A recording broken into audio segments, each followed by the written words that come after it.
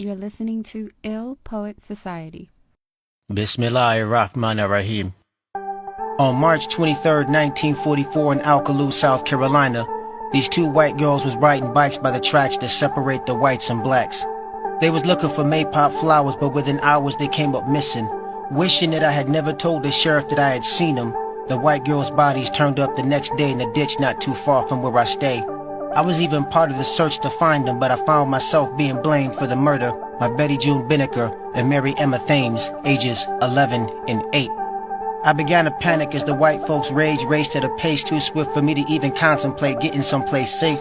And before I could even count to 5, I heard somebody say the nigger boy was the last one to see him alive. I wanted to run, but my feet couldn't move.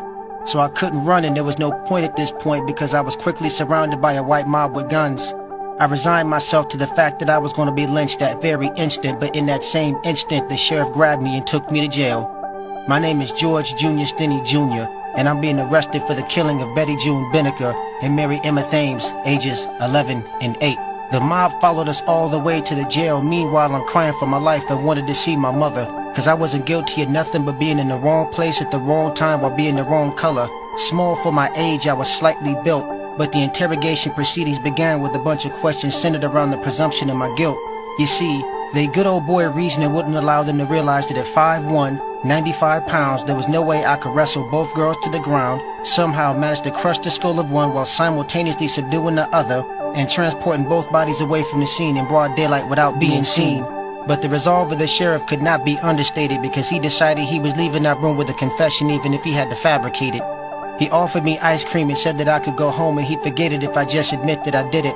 Now, after hours of questioning with fear, exhaustion, and the naivete of my age combining to compromise my judgment, I admitted being the perpetrator of the incident and in that very instant relinquished my innocence.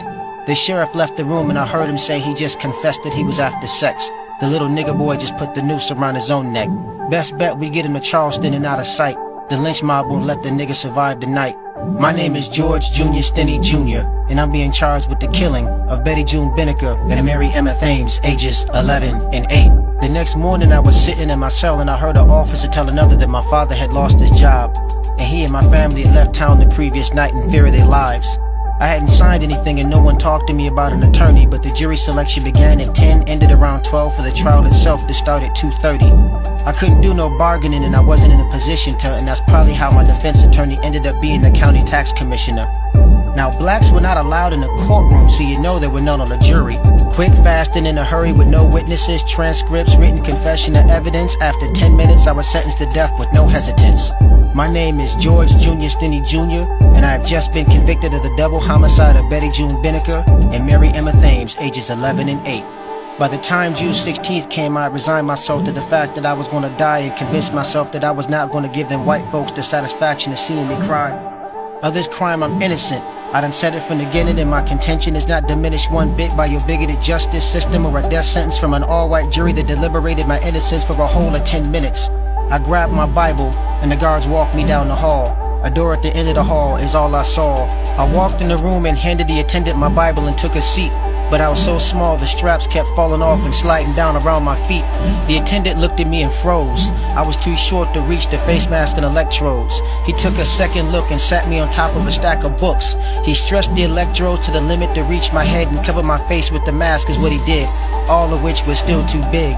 Then he pulled the switch.